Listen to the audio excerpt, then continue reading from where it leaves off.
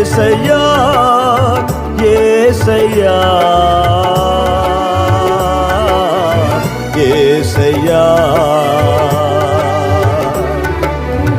యేసయ్యా నీదు ముఖము చూచుచూ పరవశించి పాడెదా కలవరపడినే కొండల వైపు నా కన్నులెత్తుదునా కొండల వైపు నా కన్నులెత్తి కొదువతో నేను కుమిలెదనా కొదువతో నేను కుమిలెదనా.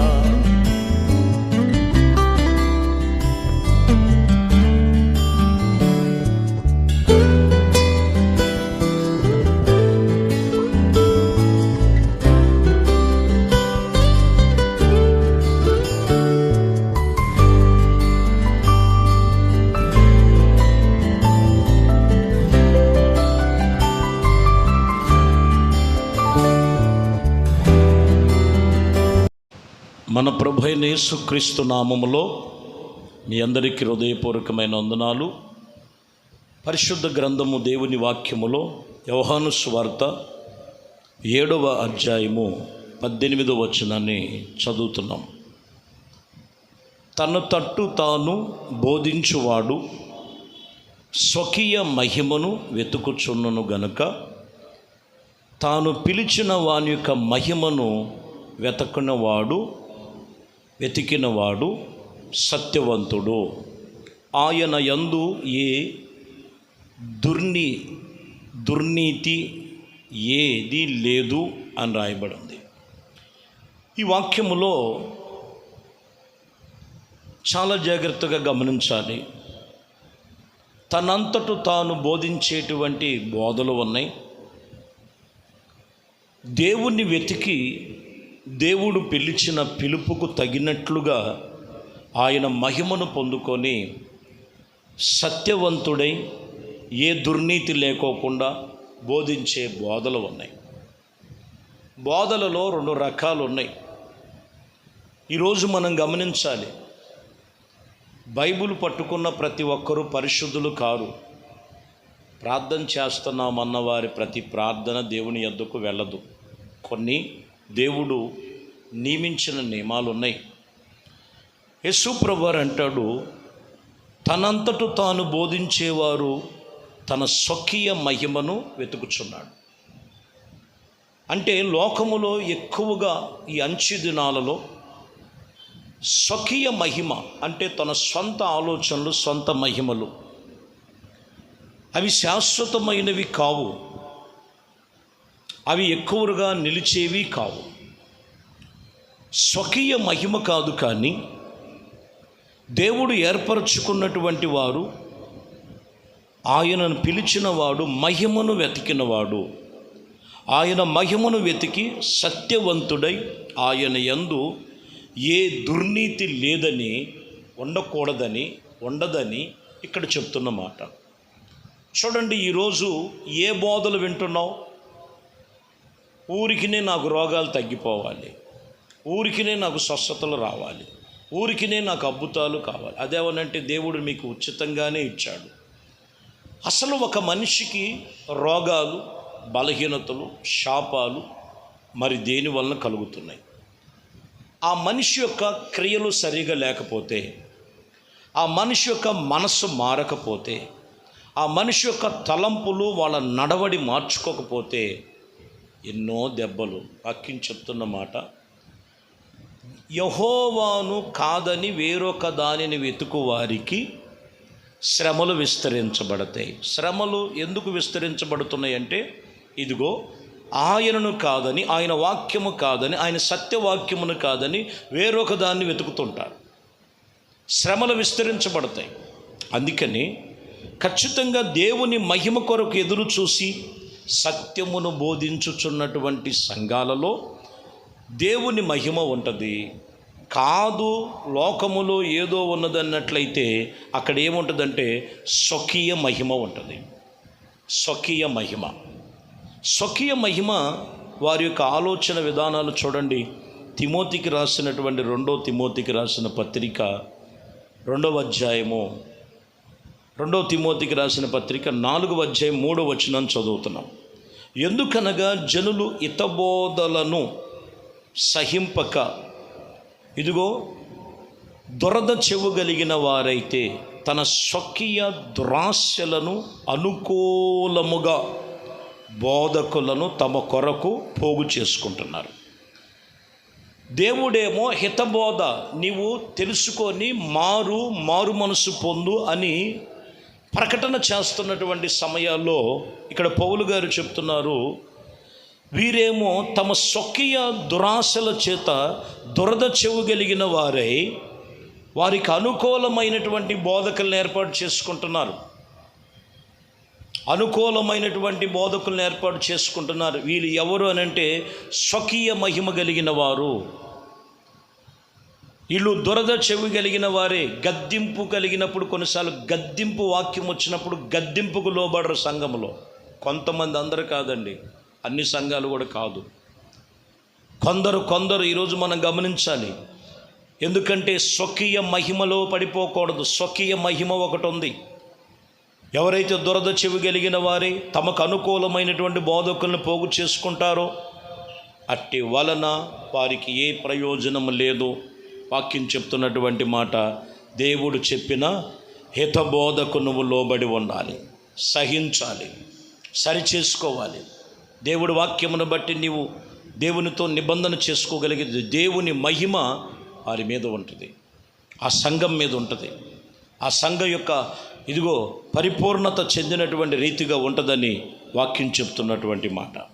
యెషయా గ్రంథం 40వ అధ్యాయంలో 5వ వచనములో మనం చదువుదాం. యెహోవా మహిమ బయలుపరచబడెను, ఒకడును తప్పకుండా సర్వశరీరులు దానిని చూసెదరు, ఇలాగు జరుగునని యెహోవా సెలవిచ్చుచున్నాడు. యెహోవా మహిమ బయలుపరచబడి ఉన్నది, ఒకడు తప్పకుండా ప్రతి ఒక్కడు కూడా సర్వశరీరులు దానిని చూసేదారు. ఒక మహిమ, ప్రతి ఒక్కరు కూడా ఆయన మహిమ, ప్రతి సర్వశరీరులు అది చూడాలి. దేవుని వాక్యం చెప్తున్నటువంటి మాట, ఆయన మహిమ కాకుండా స్వకీయ మహిమలొద్దు.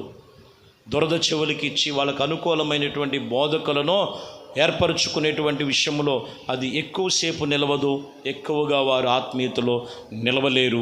కాబట్టి ఇక్కడ చెప్తున్నటువంటి మాట, ప్రతి శరీరము దేవుని వైపు, దేవుని వాక్యము వైపు, ఇదిగో నీవు ఆయన మహిమ వైపు నువ్వు తెలిగినటువంటి వాక్యమును సెలవిచ్చినటువంటి మాటల ప్రకారముగా నీకు బయలుపరచబడినప్పుడు వాటి ప్రకారంగా జీవిస్తే అది వారి మీద నిలిచి ఉంటుంది. చూడండి, వాక్యం చెప్తున్నటువంటి మాట, దేవుని మహిమ ఎలా ఉంటుందో. కానాను వివాహ విందులో ప్రభు మొదటిగా అద్భుతమైన సూచక క్రియలు జరగటానికి గల కారణం ఏంటో తెలుసండి. అక్కడ రాయబడిన మాటలో 2వ అధ్యాయం 11వ వచనం యోహాను సువార్తలో, గలిలయలో కానానులో యేసు మొదటి సూచక్రియలు చేసెను, తాను మహిమను బయలుపరచెను, అందువలనే ఆయన శిష్యులు ఆయన యందు విశ్వాసముంచరి. ఇక్కడ జరిగింది ఏంటంటే, తన మహిమను బయలుపరచబడినప్పుడే అక్కడ కార్యాలు జరిగినాయి. మొదటి సూచనలు, మొదటి సూచక క్రియలు, మహత్కార్యాలు జరగటానికి కారణం ఏంటంటే ఆయన మహిమ అక్కడ బయలుపరచబడి ఉన్నది. గొప్పగా చెప్పుకున్నారు. అక్కడ దేవుని మహిమ ఎవరి మీద ఉంటుందో, వట్టివారిగా వచ్చినప్పుడు వాక్యానికి నువ్వు హృదయం ఇచ్చి, దేవునికి సమయం ఇచ్చి, దేవునితో నిబంధన చేసుకున్నట్లయితే వట్టిగా ఉన్న జీవితాలు, వట్టి నీళ్లుగా ఉన్నటువంటి అక్కడ ఉన్నటువంటి జీవితాలుగా ఉన్నటువంటి స్థితిని మధురముగా మార్చాడు. నీళ్ళకి రంగు లేదు, రుచి లేదు, ఏ విషయంలో కూడా అక్కడ మనం వట్టి నీళ్లుగా ఉన్నాయి. ప్రభు చెప్పిన మాట అంతే. ఆయన మహిమ అక్కడ ప్రజ్వరిల్లబడి ఉన్నది. ఎప్పుడైతే ఆయన మహిమ అక్కడ ప్రజ్వరిల్లబడి ఉన్నదో అక్కడ వాక్యం చెప్తున్నటువంటి మాట మధురముగా మార్చాడు. అందరూ ఆశ్చర్యపడిపోయారు. మనిషి జీవితము కూడా అంతే. ఈరోజు ఆయన మహిమతో మనము నింపబడినప్పుడు ఆ జీవితము ప్రజ్వరపడుతుంది, ఆశీర్వదించబడుతుంది, అంతకంతకు అభివృద్ధిలోనికి వస్తారు. స్వకీయ మహిమ కాదండి, సొంత నిర్ణయాలు కాదు, సొంత ఆలోచనలు కాదు, నీకు అనుకూలమైనటువంటి బోధించేటువంటి వారి దగ్గర పోగు చేసుకునేది కాదు. ఖచ్చితంగా సత్యవాక్యమును చూపిస్తూ దేవుని మహిమ చేత నింపబడినటువంటి ఆయన సన్నిధి, ఆయన మందిరములు, ఆయన ఉపదేశములు ఉన్నాయి. వాటిని నువ్వు గుర్తించి ప్రభు సన్నిధిలో నువ్వు నడుచుకోగలిగితే వాక్యం చెప్తున్న మాట, అక్కడ ఆయన మహిమ ప్రజ్వరిల్లబడుతుంది. ద్వితీయోపదేశకాండములో ఇక్కడ రాయబడినటువంటి విషయాలను 9వ అధ్యాయము 26వ వచనాన్ని చదువుతున్నాం.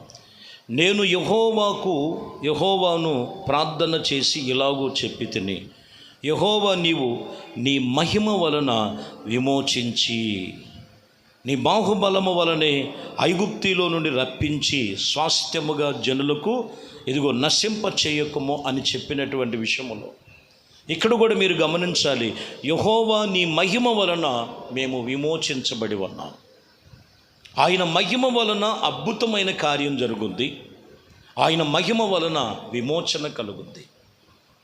ఐగుప్తిలో ఉన్నటువంటి ప్రజల్ని విమోచించి స్వాస్థ్యమైన పాలు తేనెలు ప్రవహించు దేశమునకు ప్రభు ఆయన్ని రప్పించినట్లుగా, విమోచన కలుగు చేసినట్లుగా ఆయన బాహుబలమే చాపి ఐగుప్తి నుండి రప్పించి ఆయన ఆ జనులకు స్వాస్థ్యముగా అప్పగించారు. ఆయన యెహోవా మహిమ ఉండటం వలనే అక్కడ ఐగుప్తిలో అద్భుతాలు జరిగినాయి. మోషేని పంపించాడు దేవుడు. వాక్యం వింటున్నావు నువ్వు. దేవుని మహిమ నీలో ప్రజ్వరిల్లాలంటే నువ్వు ఆయన వాక్యానికి నువ్వు లోబడి ఉండు, ఆయన మాటకు లోబడి ఉండు. ఆయన మహిమ నీలోనికి వస్తే ఆశ్చర్య కార్యాలు జరుగుతాయి. ఆయన మహిమ నీలోకి వస్తే నీకు విమోచన కలుగుతుంది. విమోచన, విడుదల. అంతేగాని లోక సంబంధమైన మహిమలు కాదు, స్వకీయ మహిమలు కాదు.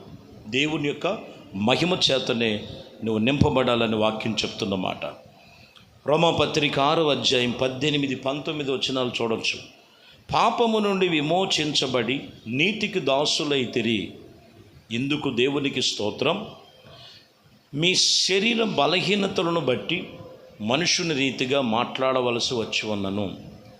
ఎలయనగా అక్రమము చేయుటకును అపవిత్రులుగా ఉండుటకును అక్రమమునకును అవయవములను దాసులుగా ఎలాగ మీరు అప్పగించుకుందురో అలాగునే పరిశుద్ధత కలిగి ఉన్నప్పుడే మీ అవయములు నీతికి దాసులుగా అప్పగించుకోవాలి.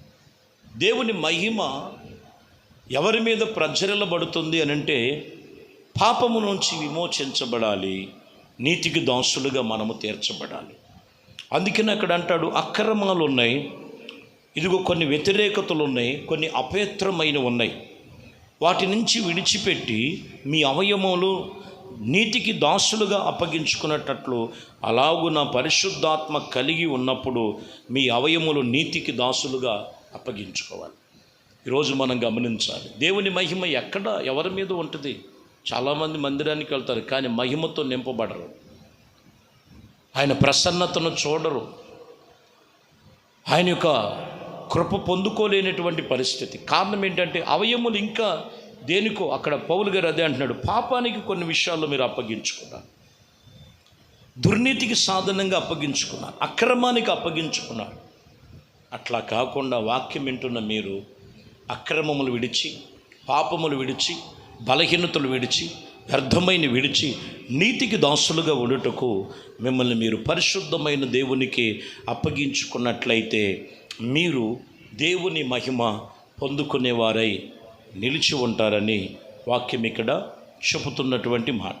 కాబట్టి ప్రియమైన దేవుని జనాంగమా, దేవుని యొక్క మహిమ చేత నువ్వు నింపబడటానికే వాక్యం చెప్తున్న మాట. స్వకీయ మహిమ, దురద చెవులు కలిగిన వారై ఎవరికి పడితే వారి మాటలు వినద్దు, సత్యవాక్యమును ఖచ్చితమైన దేవుని యొక్క వాక్యం అనే బోధకు మీరు లోబడి మిమ్మల్ని మీరు దేవునికి నీతికి సాధనముగా పాప బలహీనతలు విడిచిపెట్టి పరిశుద్ధమైన జీవితము జీవించుటకు క్రీస్తునకు దాసులుగా మీరు అప్పగించుకోండి. అప్పుడు ఆయన మహిమ నీ జీవితంలో అద్భుత కార్యాలు కానాలలో జరిగించినట్లు నీ జీవితంలో జరిగిస్తాడు. 2, నీవు ఆయన మహిమ చేత విమోచించబడతావు. ఆయన సన్నిధిలో పరిశుద్ధమైన జీవితాన్ని నువ్వు పొందుకోగలుగుతావు. దేవుడు సన్నిధికి వచ్చి నీవు అనేకమైన మేలుల చేత, నువ్వు వాక్యము చేతనే, ఉపదేశము చేతనే, నువ్వు తీసుకున్న తీర్మానమును బట్టే ప్రభు నీ పట్ల కార్యములు జరిగించి కృపలో స్థిరపరుచునుగాక. ప్రార్థన, కళ్ళు మూసి ప్రార్థనలో ఏకీభవిద్దాం. పరిశుద్ధుడా, ప్రేమ స్వరూపి, మహోన్నతుడా, మీ యొక్క మహిమ ఈ కార్యక్రమం వీక్షిస్తున్న ప్రతి ఒక్కరి మీదకి దిగివచ్చునుగాక. స్వకీయ మహిమలు తొలగించండి, లోకపు మహిమలు తొలగించండి. ఇదిగోనైనా ఈ వాక్యము విని ప్రార్థన చేస్తున్న వారిలో దేనికి దాసులుగా వారు అవయవాలను అప్పగించుకున్నారు, అందులో నుంచి బయటికి రాలేకపోతున్నారు, ఆ స్థితిలో నుంచి లేవనెత్తండి, ఆ బలహీనత నుంచి లేవనెత్తండి, ఆ ఇరుకులు, ఇబ్బందులు, శోధనలోంచి లేవనెత్తి మీ వాక్యమును బట్టి వారు వారి కుటుంబాలు మహిమపరుతి మీ మహిమలో అద్భుతమైన కార్యాలు చూసి విమోచించబడి పరిశుద్ధపరచబడినటువంటి కుటుంబాలుగా మీరు మార్చమని, మహిమ, ఘనత, ప్రభావాలు మీకే పొందుకోమని నజరేయుడైన యేసు క్రీస్తు నామములో ప్రార్థించి వేడుకొనుచున్నాము తండ్రి. ఆమేన్. ప్రభు మిమ్మల్ని దీవించి ఆశీర్వదించునుగా.